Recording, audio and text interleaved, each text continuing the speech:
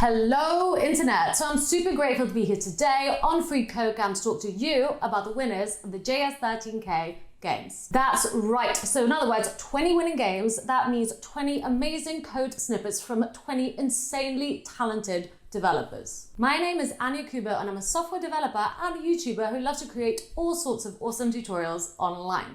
But hey, today's not about me, it's about these guys.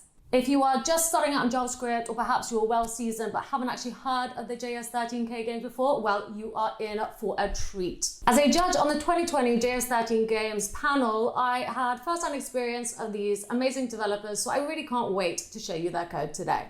It is absolutely incredible to see what these guys have built using just JavaScript, no libraries, that fits in a 13kb file. But first, what is Js13k Games, you ask? As the name would suggest, all your game and game assets should be smaller than or equal to 13 kilobytes. That is exactly 13,312 bytes to be precise.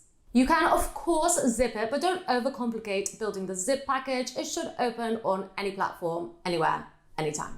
And you can use tools that minify your JavaScript source code if that helps too. 2, you are not allowed to use any external services or libraries. You can't use libraries, images, or data files hosted on server or services that provide any type of data. For example, Google fonts are not allowed. Which, let's face it, and while developers are so often scrolling through NPM to find the latest package that will do some sort of shortcut, it's nice to strip back a little bit, right? And just use plain old vanilla JavaScript.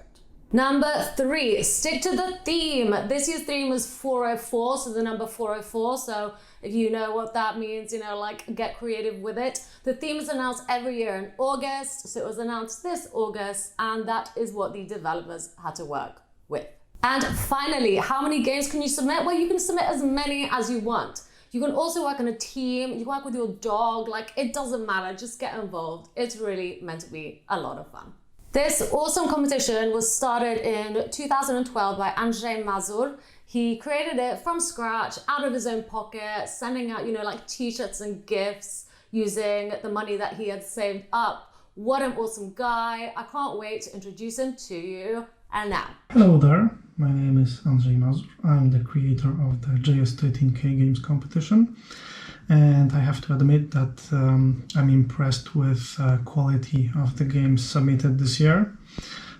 It's so cool to see that the games are getting better and better every single year since 2012. I'm also proud of the community because even though it's a competition, developers are helping each other to build better games, to fix issues and the bugs. If you're interested about how those games were built, remember that all the games from all the years, the source code is on GitHub, so you can learn from that. Thanks Ania for doing the video and helping promote the competition. I really appreciate this. Thank you. Bye. Okay, thank you Andzej, and thank you also to Free Code Camp for giving us your platform to showcase this year's winners. Give it up for Beau from Free Code Camp. Hi, I'm Beau from Free Code Camp. Js13k Games is a great initiative. We're all about learning to code at Free Code Camp, and coding a game is a great way to hone your skills. I think 13 kilobytes is a brilliant constraint. Constraints often lead to greater creativity, and that's definitely true with this year's winners. We're honored to showcase these projects on our channel. I encourage everyone watching to try to create your own 13k game yourselves and see how it improves your skills. Okay, so hopefully you're ready to start looking at some code, because next up we have the 20 overall winners starting from descending order, so number 1. Don't forget, I will be putting a link to all the developers where you can find them on Twitter, as well as play their games, and also of course their GitHub source code for each game too. Let's do it. Hello everyone, my name is Rémi Vansteelandt, and I'm a French game development hobbyist. I've been participating in Js13k Games every year since 2013, and this year I made Ninja vs. EVILCORP. Every year, I try to make something a bit unique for Js13k, and try to push the limits of what you can get within the size constraint. Instead, in 2020, I only had a week to work on my game, so I decided to go for something a bit less risky. And I wanted to polish it as much as possible. One of my favorite game genres is 2D platformers, so I decided to build just that, with two main goals in mind. First, make it snappy. I wanted it to be fast, and I wanted the controls to feel right. Second, have preset levels. Typically, I make games where you have randomly generated levels. The benefit of that approach is that it takes less bytes, and also less creativity. You only need to have a decent algorithm. This year, I wanted to make a game that lasted about 5 minutes, with a beginning, an end, and well-designed levels. Some other goals came after, such as having levels represented by floors in the tower, similar to the Die Hard game if you've ever played that. I wanted to have shortcuts, optimized for speedrunning, and polish the game as much as possible. I was on vacation in Quebec when the theme was announced, so I had some time to prepare. I was able to sketch the character, his trademark floating bandana, some basic levels, enemies, and various elements. I was also able to write a few algorithms on my notebook. Like I mentioned before, one of my main goals was to have preset levels. It's not something I usually do, and I am pretty happy with the result. So I can say that one of the main things I'm proud of is the level design. A lot of it is due to how much time I spent adjusting the levels, thanks to all the people who playtested the game. And the part I'd like to focus on is how I managed to squeeze 17 levels in a 13 kilobyte game. More specifically, how the AI was defined. If you look at levels.js, you'll notice that all the level matrices are stored as JSON, and the enemy behavior is defined next to each matrix. The game is filled with cameras that typically transition between two angles, and guards that transition between two positions. One of the constraints was that I needed all their cycles to be consistent. I couldn't have them be framer dependent, or yield the slightest difference between two runs. Otherwise speedrunning would just suck. In other words, I needed to be able to determine their exact state based on the current clock. If you look at the way those cycles are defined, it is actually relatively readable. I didn't want to use some obscure arrays, as it'd be much harder to read and maintain. Everything follows a builder pattern that allows for a lot of control, while still taking very few bytes. For instance, cameras are defined by their position and initial angle in the constructor, and then their behavior can be chained. If the camera needs to rotate by a certain amount, we can simply call rotateBy and provide the angle, and the time it should take to perform that rotation. If it needs to wait, we can call wait and provide the duration. And if we need two cameras to have the exact same cycle, but with a slight offset, we can call with phase. And guards also follow a very similar pattern. The details of how it all works under the hood are in cycle.js. It's all very simple algorithms, and this is why I'm still proud of it. It allows for a lot of control without looking too complex, which is what most code should be. We should always try to make it as readable as possible. Anyway, I hope you like this quick walkthrough of a small portion of my code. If you're interested in seeing progress on various unfinished game projects, you can follow me on Twitter at REMVST, and I hope to see you all joining Js13k next year.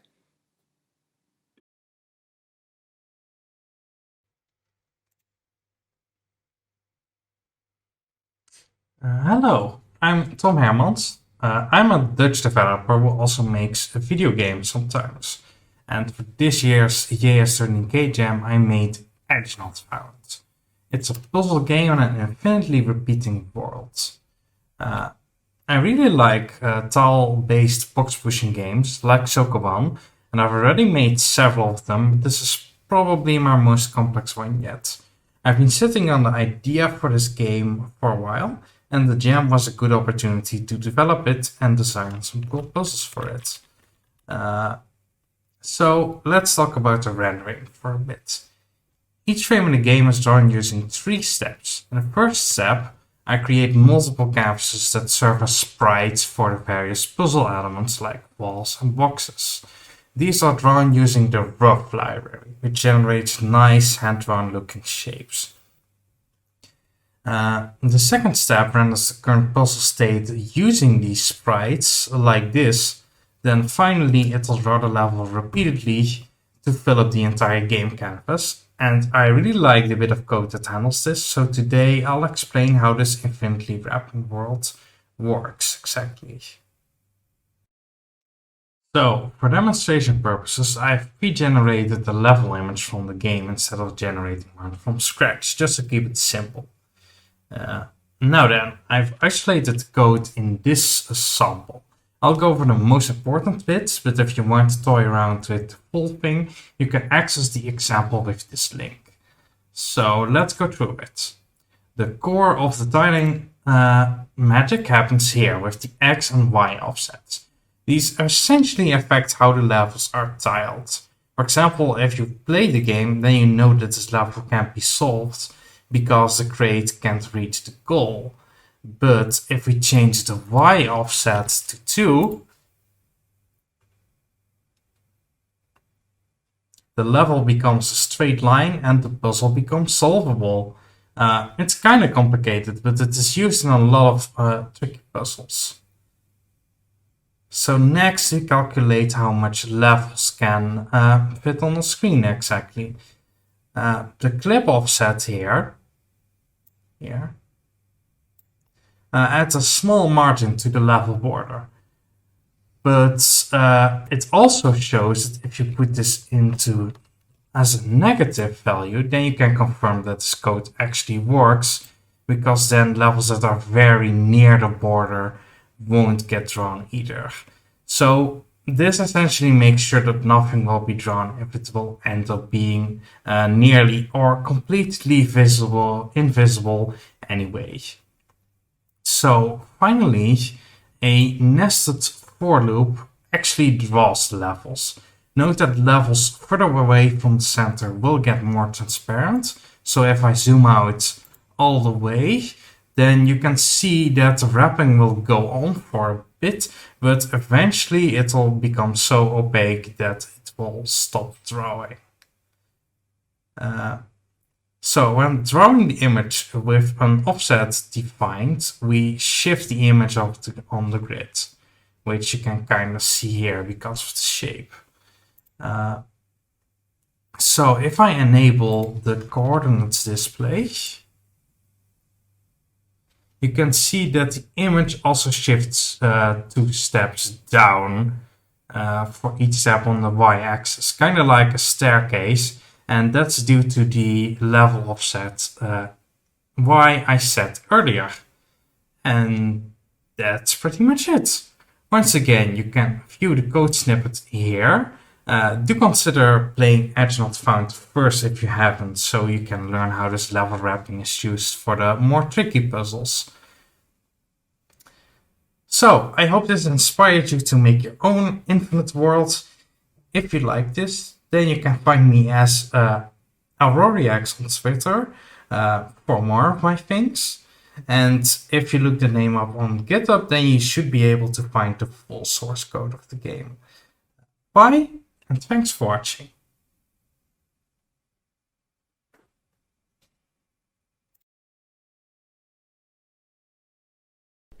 Hey, I'm Caustic1337. We with my friend lampysprites created the game called CHOCH. Before Jam started, I decided that I want to create a game where everything is rendered in a single screen fragment shader. This technique is not often used in game dev, but it's very common in demo scene and on websites like ShaderToy. I never created any games like this, so it was an experiment for me. In a nutshell, shader is a program executed on a GPU. You can think of a single screen fragment shader as a function that returns pixel color based on its position. Since this function runs on GPU, it's pretty fast and you can do fancy things there. This has some pros and cons comparing to usual techniques like drawing sprites with textures. So the goal for me was to make the most of pros and try to make cons negligible. One of the pros is that you can get this neon laser effect essentially for free. First off, all geometry is represented with sign distance fields or SDFs. In short, SDF is a function that for any point in space returns distance to the closest geometry, and it's positive if you are outside of geometry and negative otherwise. In our game we actually have 3 SDFs for bounds, checkpoints and deadly zones. There are a lot of awesome articles on internet about how to construct SDFs. Go read them if you are interested. After you created your SDF, you can for example render pixels white where SDF is negative and black where it's positive, so you can see your geometry. After that, creating neon effect is very simple. It's this simple equation. Parameter D corresponds to brightness and P for blurriness. It's very simple effect, but it looks pretty. After that, to make it look 3D-ish, just render the scene multiple times, each time slightly offsetting and scaling the layer. That's basically everything about rendering. Almost all objects in game are rendered this way, including the spider protagonist. Collision checks in game are done in shader as well. To check collision, you only need to evaluate your SDF in spider position, and if it's less than spider size, like if distance to closest geometry is less than your size, then you are colliding something. After that, you can calculate surface normal vector by calculating gradient of SDF in needed point. To pass this data from shader to JS code, I write this data in first 3 pixels of the screen. They are bottom left, although they are very small to spot them. There are ways to do this better, but it takes a little of code and works okay. Let's talk about music a bit. I'm not good at composing music, so I tried to make it as generative as possible. All sounds and music in game are done using plain Web Audio IP. Web Audio IP is kinda cool. It's like a modular synthesizer where you create audio processors and route them in any way you want. So this piece of code generates ambient music in game.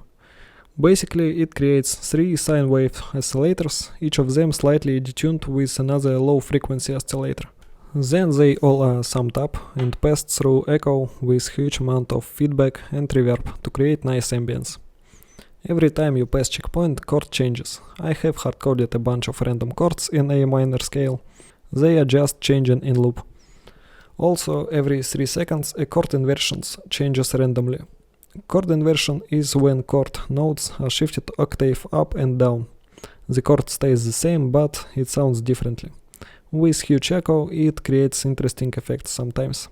All other sound effects are created with Web Audio IP as well. They include ring modulation, essentially it's just signal multiplication, and some filters. All these effects, except reverb, are available out of the box with Web Audio IP. The last thing I'd like to tell you about is this little piece of code. This is definitely not the code you would like to see in production, it's very hacky, but for fitting a game in 13 kilobytes, it did its work pretty well. It is used in intro and outro cutscenes where text is printed on screen. Basically, it prints text to canvas character by character. It also can evaluate code to modify some internal state, for example for moving to a new line, changing delay between prints, printing whole string at once, and other things. This function utilizes async await JS. Without it, this code probably could be a lot larger. Here is example how it is used. Strings with exclamation point prefixes are evaluated. Anyways, I hope you learned something here. If you want to learn more, check out whole code of our game on GitHub. You might find more hacky tricks there. If you want to learn shaders, check out Book of Shaders. It's an awesome introduction to shaders. Also check out shadertoy.com. It's a huge community of people writing shaders. You can learn a lot there. You can follow me on GitHub as Caustic1337 and on Twitter as Caustic13337.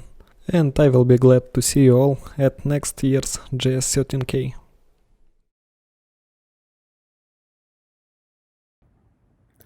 For this recording, I will be reading it on behalf of Maxime. Hi, I'm Maxime, web dev, passionate of code, golfing, puzzle games, and CSS. For Js13k 2020, I wanted to make a 3D game using CSS 3D and emoji. My game is about helping a train to cross bridges using optical illusions. It was inspired by the indie game Fez and the mobile games Monument Valley. Earlier this year, I made a micro framework, CS3D framework, allowing to render a plane, a sprite, or a cube with a single line of code. These 3D shapes are simply made of HTML elements, and so they can contain anything you want: CSS gradients, images, texts, emojis. So this gave me the idea to create 3D emoji. I put one emoji on the front, one emoji on the back, and I filled the exterior with colored planes, like an ice cream sandwich. For example, this train is made up of 16 planes. After adding some tree sprites around the train and a few planes under it for the track, the illusion of movement is made with simple CSS animations that make the track and the trees scroll infinitely from right to left, even though the rest of the scene is completely fixed. Here is the CSS code used for this. And that's how I made my title screen. Next, I'm going to show you how to implement the optical illusions in my game's puzzle. For example, in the third level of the game, the player must switch between 2D view, seen from the side, and 3D view, with perspective, to help the train move from track piece to another.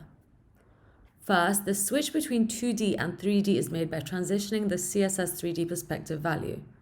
If it's low, the perspective will be enabled. If it is high, the scene will be in 2D. You may notice that this kind of puzzle violates the laws of physics.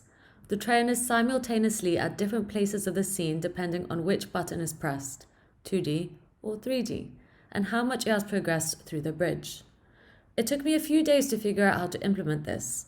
I declared 3 views of the same scene: a real one saying where the track parts are located in the real world, 2 virtual ones saying where the track parts appear to be in 2D and in 3D. In the real world, no block parts are aligned.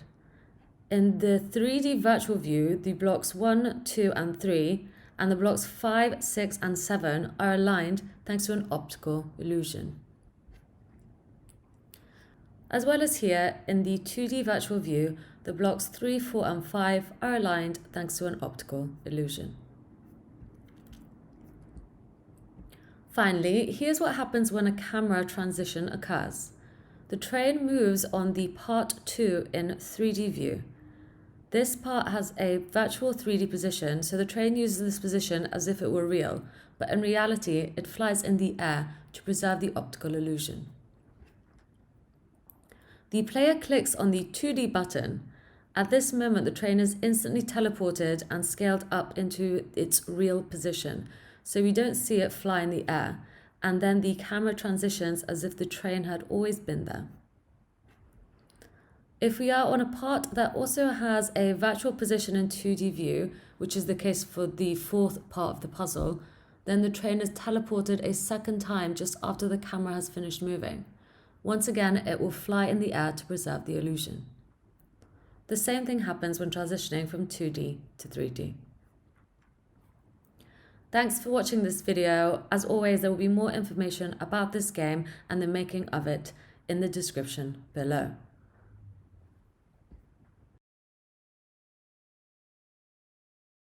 Hey, I'm Ian Chiao from Taiwan. I am a software engineer currently based in Seattle.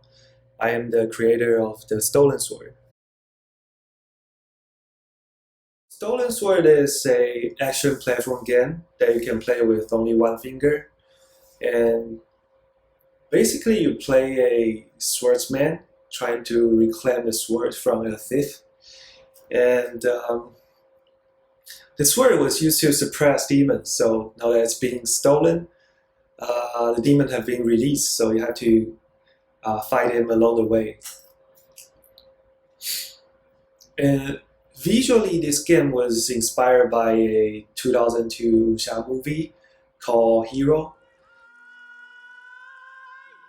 I was obsessed with the lake fight scene in the movie, so I just want to kind of recreate the scene in the game. And also Crouching Tiger, Hidden Dragon is another movie that I referenced to. So today I'm gonna share a little bit of how I create water effects in the lake level. The water effect can be break into 3 parts: ripple, and reflection, and the gradient mask. The repo is just two semi-ellipses. The lower part has an outer shadow, and the upper part has an inner shadow. So it creates a 3D illusion, just like a crater. The code snippet here is not an actual code. It's just a high-level concept of the implementation, because the actual code is way uglier. First, I use a scale function to squash the circle a little bit, to make it more like an oval instead of a circle.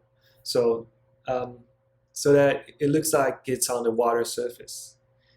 Then I use radial gradient to draw the shadow.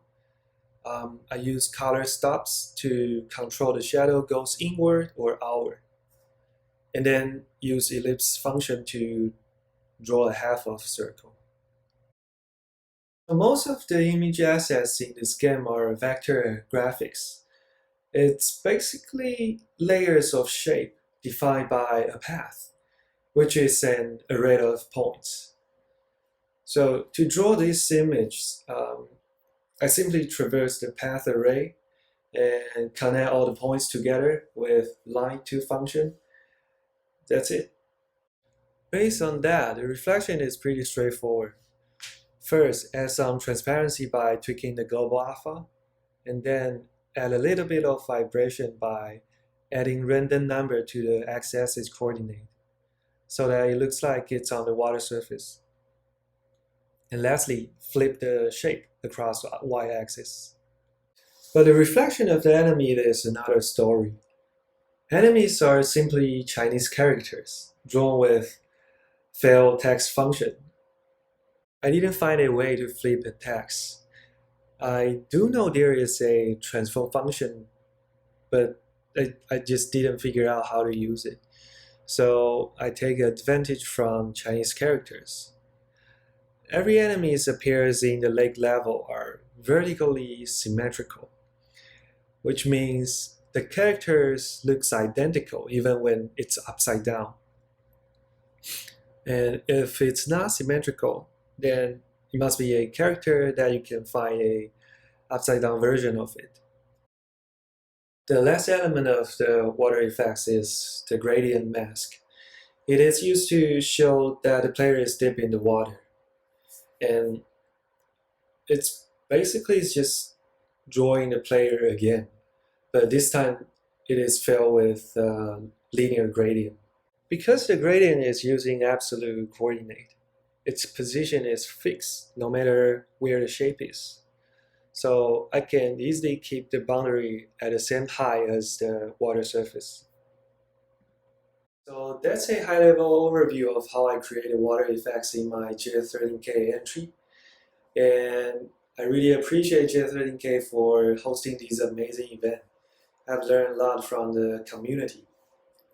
So I highly recommend you to give this a try next year. And you can find me on GitHub and Twitter.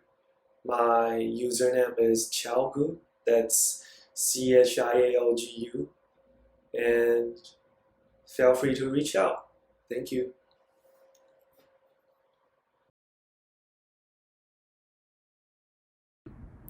Reading on behalf of Michael Ferron. My name is Michael Ferron. I'm a software engineer for Minneapolis, Minnesota, USA. I spent most of my time professionally building web applications in React and TypeScript. Occasionally, I like to build JavaScript games in my free time.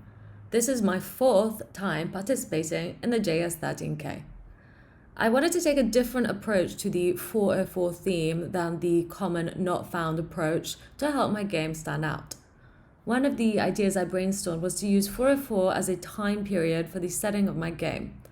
From there, the idea to use ancient Greece led to what became the last Spartan. I like to play hack and slash games as it felt like a good genre that could be achievable within the constraints of 13KB. This is my animation class that powers all the animations for the player and enemies in the last Spartan. This class accepts keyframe animation configurations as input and interpolates values between those keyframes to create smooth animation loops for idling, attacking, jumping, etc. in my game. What I really like about this solution is it allows me to make some really impressive animations utilizing each component of my characters individually, the head, the shield, the sword, and each leg, and by only defining a subset of positions and rotations for each. When rendering each of these parts of the character, I use the offsets that were generated by the animation class between the keyframes, and I get smooth animations without defining every single frame myself. Thanks so much for watching. Please do reach out to me on Twitter or check out my project in the description below where you can play it and check out the code.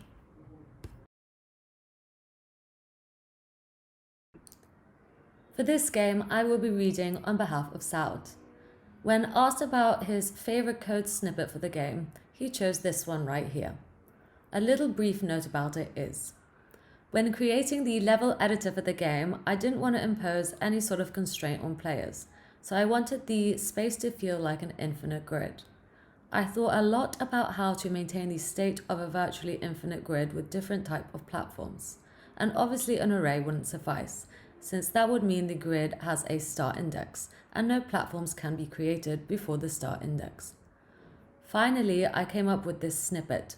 What it does is keep track of the negative offset, or in other words, the number of platforms beyond the start index represented by negative xy a player has traveled, and then shift the whole level data, so a 2D array, by that amount. The grid can now be virtually infinite in all directions and not limited by the start index of the arrays. You can find more about this game in the description below.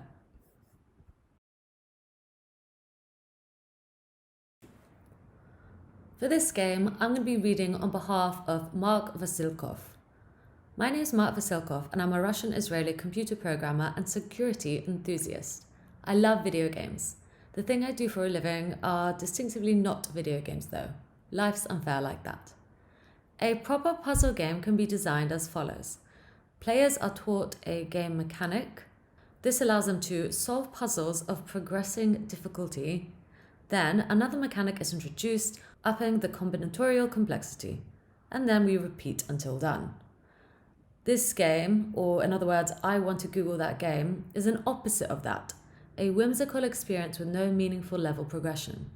Each level changes the rules. There is nothing to learn, no understanding to develop. This design was suggested by my beautiful wife Natalia as a satisfactory metaphor for the entirety of the year 2020. In regards to the code snippet I am most proud of, I'm ashamed of most of it really, but I think the following main loop turned out nicely. Making a smooth animation in JavaScript is surprisingly difficult. Modern screens don't have any semblance of consensus as to how many frames per second to render. A 4K screen connected to my MPB runs at a meager 30 frames per second because of Apple. Gaming laptops, on the other hand, commonly run at around 300 frames per second. This obviates the need to decouple movements computations from the refresh rate. We cannot do ++x in every frame, as the results would be very different between machines, and even on the same machine depending on rendering complexity, GC, pauses, and so on. The simple solution is to use delta t, the time interval between frames, as a multiplier for movement distance. This approach has issues of its own though. For one, we are dealing with floating point numbers that are close together. Some computations tend to accrue large errors. Look up catastrophic cancellation, as I can't pretend to explain it. Then again, there are state changes that are abrupt. These can be difficult to express in terms of delta t. Also, jumps, as in 2D platformer, will miss their apex point when the frames per second is slow. The solution I arrived at, which can absolutely be improved on, is the fixed step loop showing in the listing.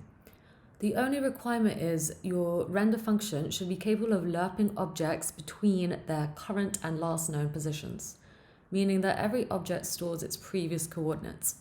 Conveniently, when you're writing a valid integration, this is already the case. The update function then uses the fixed step of 0.02 seconds or 50 updates per second in this example. It can do ++x for all it's worth, and the animation will still be smooth and independent of the rendering frames per second. Moreover, the update function doesn't run in every frame, reducing the CPU load at the expense of game's responsiveness to controls. Yep. There's also a safeguard for when an update takes an inordinate amount of time, although the end result will still look janky. Implementing an algorithm that would scale the tick rate based on the observed performance of the machine is left as an exercise for the reader. Once again, you can find more on Mark's game in the description below, including where to find it on GitHub, his homepage, and his Twitter handle.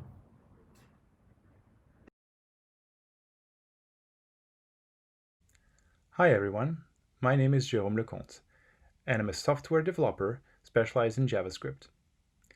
1 month per year, I'm also a game developer for the Js13kGames competition. In 2020, the theme was 404. And it turns out that in my home province of Ontario, Canada, has numbered its highways in the 400 range. So there is a real Highway 404, and I decided to make a game about it. The goal is to survive the perils of the highway, which are triggered by HTTP status code. 404 makes the road behind you disappear, 501 makes the lane ahead unavailable, and so on. Today, I'm going to share with you how linear interpolation, also commonly referred to as LERP in game development, allowed me to add some juice to my game. LERP is a function that takes a value in the range 0 to 1 and maps it to another value in the range between a min and a max using a linear scale. For example, if the min is 10 and the max is 20, at t equals 0, the function will return 10. At t equals 0.5, it will return 15. At t equals 1, it will return 20. This is the function that my game loop calls on every frame to calculate the distance that a car is moving forward. It uses the elapsed time, usually tens of milliseconds, and multiply it to the car speed that I've expressed in pixels per second to get a distance, which I then add to the car's y position. Another way to think about it is that there's an acceleration factor, always set to 1, that gives me the full car speed on every single call. Where this is a problem is that on the title screen, the game loop is not running. And as soon as the game starts, the car is going to move from 0 to full speed in an instant. Similarly, when a car crashes, the game loop exits, and the car comes to a full stop instantaneously. And this is where LERP is going to come in handy. Now, when the race just started, I can progressively increase the acceleration factor from 0 to 1 in about a second and a half using the LERP function. This is going to feel like the car is progressively accelerating to its full speed. Similarly, when a car crashes, I can now decrease the acceleration factor from 1 to 0 in about 1.5 seconds, giving the impression that the car is slowing down to a full stop. I was so happy with the result that I started using LERP everywhere. Another instance is in the function that steers the car from left to right. The idea is the same. Elapsed time times car speed gives you a distance, and the distance is either negative or positive depending which of the left or right arrow key was pressed last. Once again, the problem is the car moves from 0 to full speed on the left or on the right as soon as the key is pressed, which makes for precise control a bit difficult. Using LERP, I can also increase the direction factor from 0 to -1 or 0 to 1 in about 1/4 second. And this gives the car some inertia, which makes for a nicer driving experience. And that's about it. You can play Highway 404 by visiting bit.ly/HWY-404. The source code is on my GitHub account, and I've written about the making of in a Medium article. You can also visit my website, herbyfrogs.com, or follow me on Twitter, @herbyfrogs. Thank you for listening.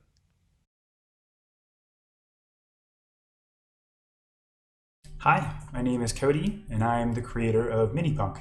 a 3D action-adventure game for the 2020 Js13k Games competition. Let's take a quick look at the game.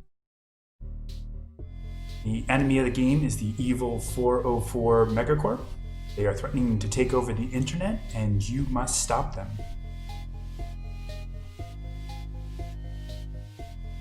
It's a third-person 3D game with melee combat.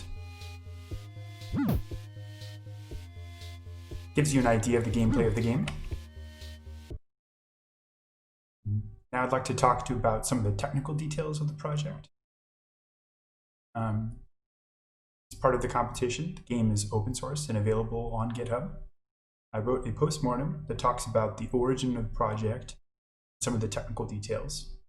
In terms of choosing the project, it's based on some of the ongoing debates about internet censorship. It's really because I'm excited about the upcoming release of Cyberpunk 2077.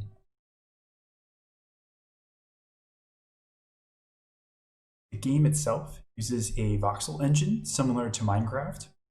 Unlike Minecraft, where each tile is 1 meter by 1 meter by 1 meter, the voxels in MINIPUNK are 1 meter tall and 4 meters wide and 4 meters deep. This helps with performance and keeps the code a little bit smaller.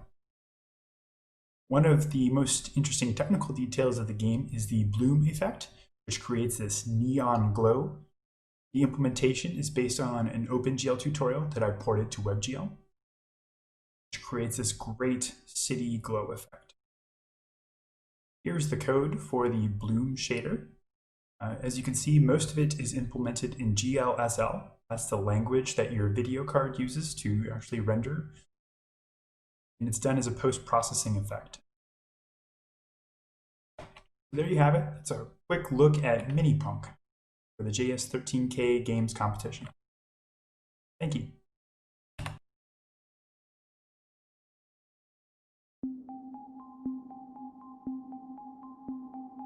Hello, I'm Nicklas, and I created a game for Js13k called Searching 404.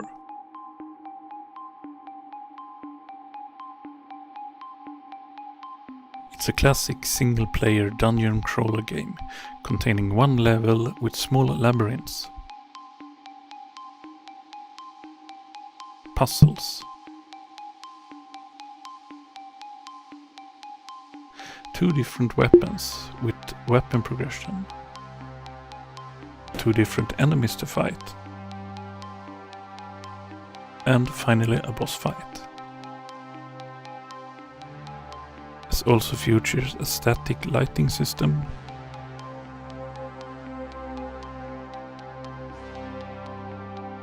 projectiles, particles,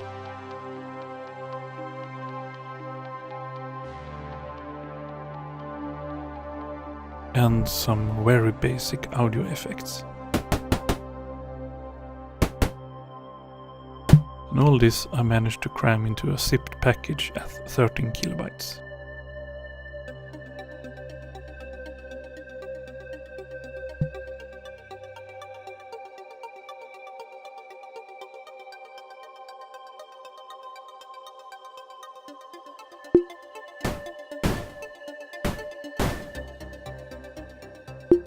So, does this mean that I'm working as a full-time game developer?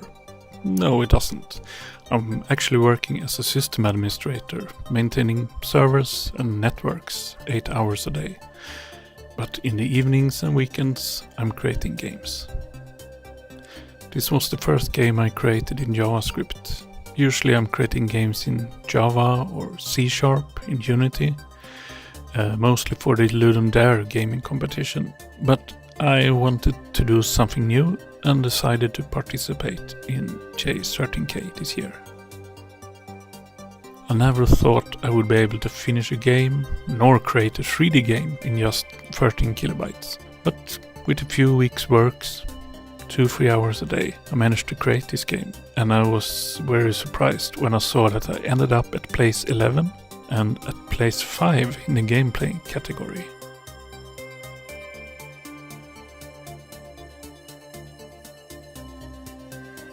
The source code. You can easily tell by the source that I'm actually a Java developer and doing my first game in JavaScript.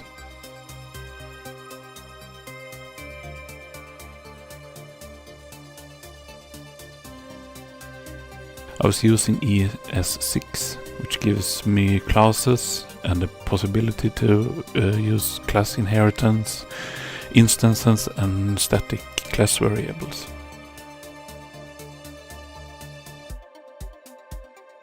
Is there any code that I'm proud of? As this is the first time I'm doing a game in JavaScript, and especially since I managed to do a 3D game in just 13 kilobytes, I'm proud of all the code. But if I have to pick one that I'm extra proud of, it will probably be the code that adds static lights to the level. Because without the lights, the game would be, well, the ambience the light gives, it would miss a lot of that. The algorithm for adding the lights is very silly, simple and not efficient at all.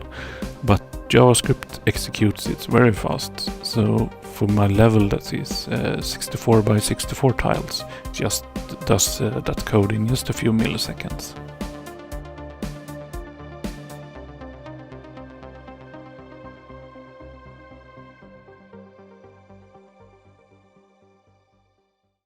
So, how does this light code work? Well, the entire level is built of grids like this, where every grid is a tile. So it can either be a floor like this, then we can add walls like this, and finally a light source in the middle here.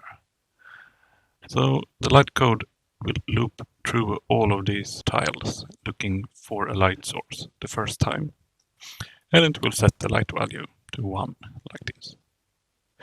Then when the loop enters again, every tile will check the neighbor tiles. So when it enters this one, it will find that the bottom tile has a brighter light value than it currently has, which means it will set the light color like this. Then we will continue to do that for the rest of the tiles. Now when the loop enters again, this tile is the next, and we will check if there is a brighter tile, neighbor tile, and we'll find these two, and both has the same color, so it will just pick one of them. And you can see it decreases the light a little bit, so it can fall off the light value, otherwise it will just flood the level with the same light. Then we'll continue like this, and then the light will spread like this all over the level. A good thing with this is that we can actually get the light a little bit into the corridor like this. So when you enter the room here, you will already see the light here. When the walls calculate the light, they always set the light value to 0, because we don't want light to spread through walls. So it's always 0. Okay, so now when I have this light map, what do I do with it? Well, for the floors, it's quite easily. I just set the light value of the tile. But for the walls, well, each wall is built of 4 corners. And each corner will check like this into the light it's facing. And it will do like that. So this wall and this wall will have the same color as this tile. This wall will have the color of this tile. And finally, this wall, the other side of the wall, it's the same tile, but it's the other side of the wall. Well, we said this will be 0, so the light would never spread through. It's a very silly algorithm, but it's very fast in JavaScript, and the whole level just takes a few milliseconds to process.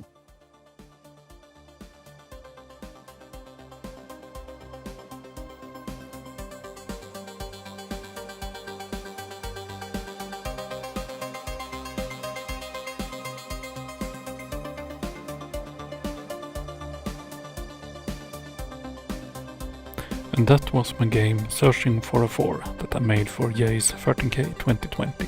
You can find me at my not very updated blog at snukey.se, or at Nicklas Löf at Twitter, or my YouTube channel.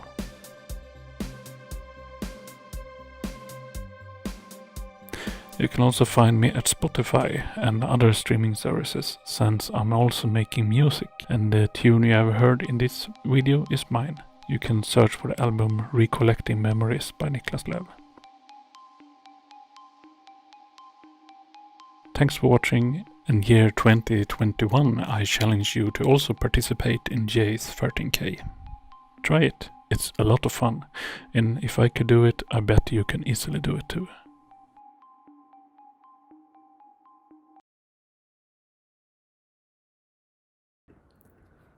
This recording is being done on behalf of Paul Brunt. Paul Brunt says, "I'm just your standard web guy building websites for a living, and I love graphic programming and making games in my spare time. This year's game for Js13k was my 4th entry for the competition. It's basically a platform game with a twist.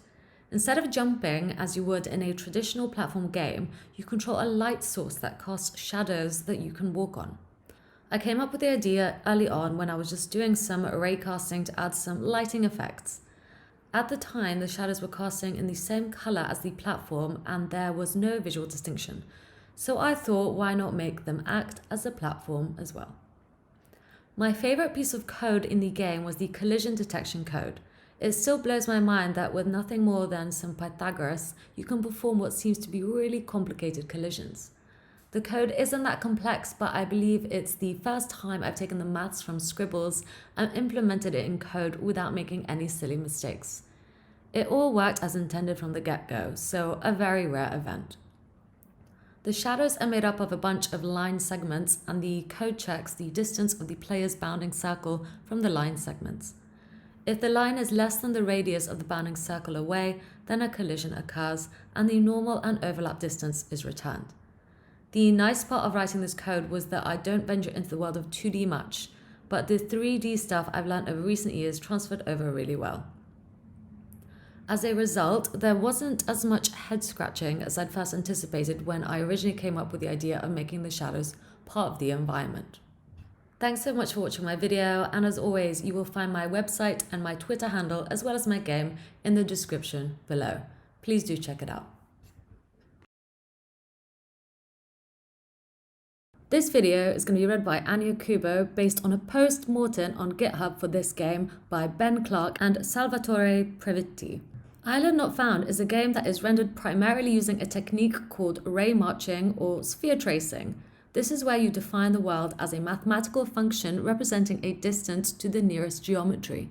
It is much more inefficient in processing than standard polygonal rasterization, but appears to be much more effective in code size. Curved surfaces are easier to render with better fidelity and less overhead, since there is no triangulation involved. Ben and Salvatore met up one day after work after the theme 404 was announced and began deciding what they should build. The general linking of these things from 404 was ideas about finding things, being lost, Lost the television series, not knowing where you are. A code piece that they used in their postmortem was this. It is all about code golfing. Salvatore says, "While for our previous game last year we didn't have to put much energy in code golfing, this time much more effort was required. A large portion of the final bundle is occupied by GLSL code. To reuse functions, uniforms, and variables across multiple shaders, the best solution was to have a single big file and switch the main function to use a string replace when loading. The GLSL transpiler on the browser already performed unused functions elimination and constant folding, so it was not concerned to load unused variables and functions." You can read more about this piece of code on the postmortem online that is attached to the GitHub game. Please do enjoy the read, and do give Ben and Salvatore a follow on Twitter as well.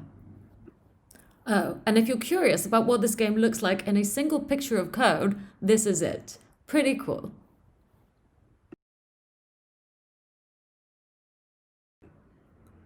For this video, I'm going to be using a post-mortem that Mark posted on GitHub. Speaking as Mark. A little bit about You Have Found. It's a soothing game about perspective. It's important to turn your sound on, headphones advised. Tap and hold to move the trail, make a loop to catch things if you want. Getting started. To prove to myself that it is perfectly possible to use Hakes for this, I started to create a small engine in Hakes. I called the project HX13K initially. Higgs is a programming language that compiles to many languages, including JavaScript ES6. As mainly part of my daily job, I am a game developer and make HTML5 advert games, so I like the idea of this jam. First, I started by making a basic engine, or actually I stripped down the setup I normally use, which is a combination of Pixie.js and a customized Flambe library. I'm a big fan of using entity components, and the way that Flambe library did it is how I like to work. It's very pragmatic and usable for creating games. In the end, Pixie.js was removed as a render because it was too big. It's too bad because Pixie.js is such a great, fast 2D rendering framework. If you would like to read more about my game, please do visit on GitHub and have a go yourself. Hi, my name is Jeremy, and I'm a game developer from Edmonton, Canada, and I made 404kph for the 2020 Js13kGames Jam. I first got the idea to make a driving game of some kind after last year's jam. Last year, some friends and I made a game where you would fly through canyons, and I thought it would be neat to drive a monster truck over this sort of canyony, bumpy terrain. However, once this year's jam started and I started prototyping, I just couldn't quite get the monster truck physics to feel good, but the physics ended up being pretty good for a car. So I looked to one of my favorite racing games, which is Trackmania, and decided to get some inspiration from that and kind of go into the surreal, crazy, physicsy, time trials type racing direction. The game itself has a pretty strange architecture in order to stay under 13 kilobytes. For instance, the audio is done through a custom synth that's essentially hard-coded to produce the game's music and other sound effects. Also, the game's state is stored in a small texture, and all of the game update code, including the physics and everything, is run inside of a fragment shader on the GPU. And this is done in order to share some code and data between the rendering and physics code, as well as to make use of the really terse vector math functions that are available in the shader coding languages. On top of that, the build system runs a series of custom steps in order to make the final HTML file more friendly to zipping, and just squeeze a couple of extra bytes out of that. The thing I'm most excited about, though, is probably the level editor. I mentioned that the game update code runs inside of a shader. This is done partially because the world is represented as a signed distance field, or SDF. You can think of an SDF as a function that takes a point in space and returns the distance to the nearest surface in that space. SDFs are really easy to render, and they're really easy to test collision against, which is why I chose them as a representation for the tracks. However, this means I have to represent the tracks as a collection of functions. In order to not go crazy trying to manually write functions for every individual track, I decided to build a Unity plugin where I could represent different components of a track as their own functions, but then translate, scale, and change the properties of them just by dragging around the objects in the editor. The editor then, when I hit build, will generate a bunch of shader code, which is the signed distance function itself. So I get the benefits of sort of a GUI editor, and I can see my work as I'm working on it. I get a really quick iteration time, but it's still generating this signed distance function in the end, which I can just embed directly into the game. And so that's how the editor works for 404kph, and that's how I built all of the tracks. I actually built all of the tracks that are in the final game on the last day of the jam, because I was busy building everything else up until then. This is a recording based on Elliot's GitHub repo. Wizard with a Shotgun is a top-down 2D shooter. You help the wizard recover the missing pages of the Shotgun Arcana from the dungeon by blasting everything you see. Play on your desktop using any browser and use the controls of your keyboard and your mouse. The main character is intended to be a sort of wisecracking, street-smart wizard. Think Harry Dresden, not Harry Potter. The main character also has this awesome text show up. Unfortunately, Elliot discovered that dialogue is very expensive in the final zip file, so I had to cut a lot of the planned lines. There's a few things that Elliot says he's really proud of in this game, and these are some of them. Elliot says, "The first is my approach to canvas size. This game is intended to look like a classic 2D pixel art game, so I selected 480 by 270 as my desired display pixels. Then what I do is make the canvas element take up the full size of the browser, and I select the smallest scale that would fill the canvas horizontally and vertically. Now I end up with a 2D context that was always roughly 480 by 270, but it might be less wide or tall depending on the browser dimension. If you want to see what I'm describing, try playing my game and dragging your browser window around to resize it. You'll see that the ratio stays fixed and the scale will adjust it to give you as much playing real estate as possible while still looking nice. I'm pretty happy with this and will likely keep the algorithm for my future games. The second is the collision response. This year I chose to simplify and use bounding circles instead of rectangles, which meant I needed some math for the circle-rectangle walls and circle-circle player-enemy collision detection. I'm pretty proud of the result, which is quite a bit of code, but allows you to be totally surrounded by multiple jostling enemies and still push your way out of them, all while looking about like you want it to look. The same math applies to any moving object with a position and velocity, which meant I accomplished what I could not last year. Another thing I tried and I'm happy with is breaking up logic into systems. It's not full NC component system or anything, but my upgrade loop now works in specific stages. First, behavior, where the entity thinks, then movement, where velocity is applied and collision detection happens. Then damage. Damage queued up by the first 2 rounds is now applied to each entity, potentially killing it. Last, culled entities are cleaned up. This made it easier to figure out where to put logic and helps keep the main game update function nice and clean. I didn't want to mess around with the level editor, so I used Sprite to draw the map, and then my gut build turns it into level data. Each room is color-coded to represent a particular pattern number, which controls the type and quantities of enemies in the room. This wouldn't cut it if I had multiple tiles and entities and decorative objects to place, but for this game it worked pretty well. If you want to see more about this game, please do check out the GitHub below.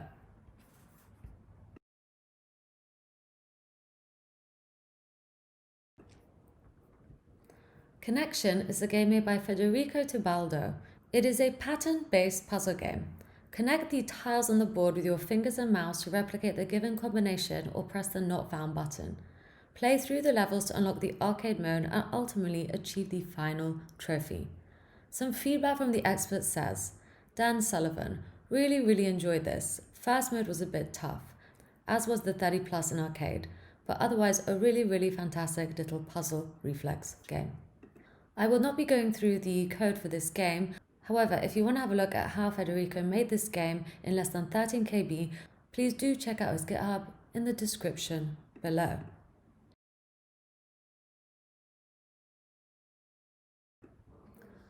This video is read on behalf of Markus. I am a software developer from Nuremberg, Germany. Primarily, I write apps for Android and sometimes for other systems too. A bit about the game and how you go through it. My game is a short adventure game about 2 cosmonauts getting lost in space. The player needs to find the way home by solving a couple of puzzles. I chose cosmonauts because the story is about a secret escape drive and such things are more likely to be attributed to the mysterious early Russian space program. Originally, I had a much darker story in mind. 2 cosmonauts on the way to Venus. One dies for unknown reasons. The survivor fastens the dead man outside the capsule and is from then on haunted by mysterious happenings outside the window. So essentially a ghost story in space. But somehow the story did not really work and I focused on getting lost in the space thing instead, which is really enough for an adventure in 13KB. But the idea with the dream sequence still comes from the original story. When asked what Markus was most proud of, he says, "I'm afraid there isn't a snippet I am particularly proud of. Instead, the challenge to make this game was to squeeze the graphics into 13KB and still have enough left for an adventure game." So minimizing the size of the vector graphics was key. To improve compression, I only used integer coordinates on a 100 by 100 canvas to make doubles. By doubles, I mean doubles of coordinate numbers. This way, there were just 100 possible coordinate numbers from 0 to 99 for all the vertices of all the graphics. This code here, this is the hull of the Soyuz spaceship defined in just a few integer numbers that occurs later on in a lot of other shapes. And since repetitive string patterns can be compressed very well, I was able to pack all graphics and the game in 13KB this way. Thanks for watching my video, and you can find me on Twitter, GitHub, or on my website. These are all in the description below. Hi, I'm Sir Samik. I'm a web developer with a passion for graphics, the web, music, and design. For this year's Js13k competition, I created a puzzle game heavily inspired by the puzzle system in Paper Mario: The Origami King. The goal in my game is to create a symmetrical sequence of symbols by sliding and rotating them.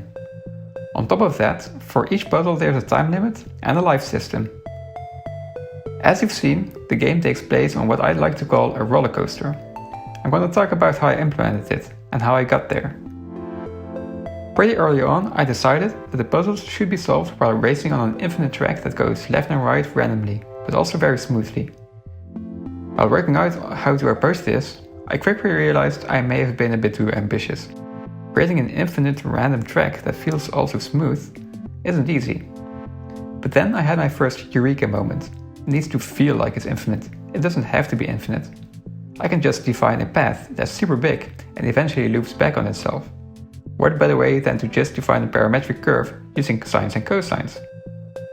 I experimented a bit with sines and cosines and settled on this definition of the parametric curve. However, the roller coaster is not just a curve. Every point also needs an orientation. I need to know what's forward and what's up for every point. Forward is simple. It's just a derivative of the parametric curve. But what way is up? Well, the curve loops around the origin, so I guess I can just use this as the up vector, right? Well, it works.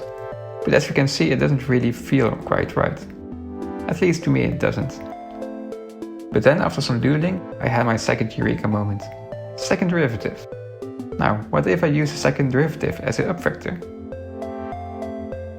As you can see, it's perfect.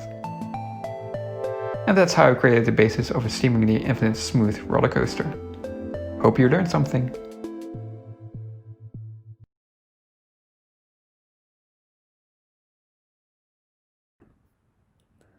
We have now come to our last and final winner of the Js13k Games 2020. Feedback from the experts is this. Jupiter Hadley says, really impressive sound machine. Bjorn Ritzel, absolute genius. I really look forward to seeing what people will be able to create with this. Is there already some place where people can share their creations? And Michelle Manneringer's, oh my god, it's like Scrabble. Great instructions, good documentation, and nice work, thanking everyone. This maybe is not so much a game as a platform to create musical creations using code. It also has some awesome demos of what you can make, like for example, the intro to Mario. I'm not going to go through the code for this one, so simply enjoy.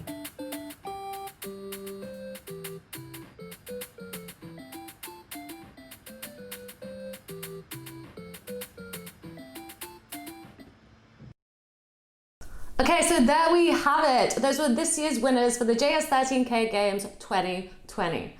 I really do hope this video has inspired you to go forth and create some games. I mean, it definitely inspired me. I loved being a judge on it, and I can't wait to see your submissions. It doesn't matter if you're just starting out, it doesn't matter if you've been doing this for years, and the creativity that comes out of it is just so inspiring, it's amazing.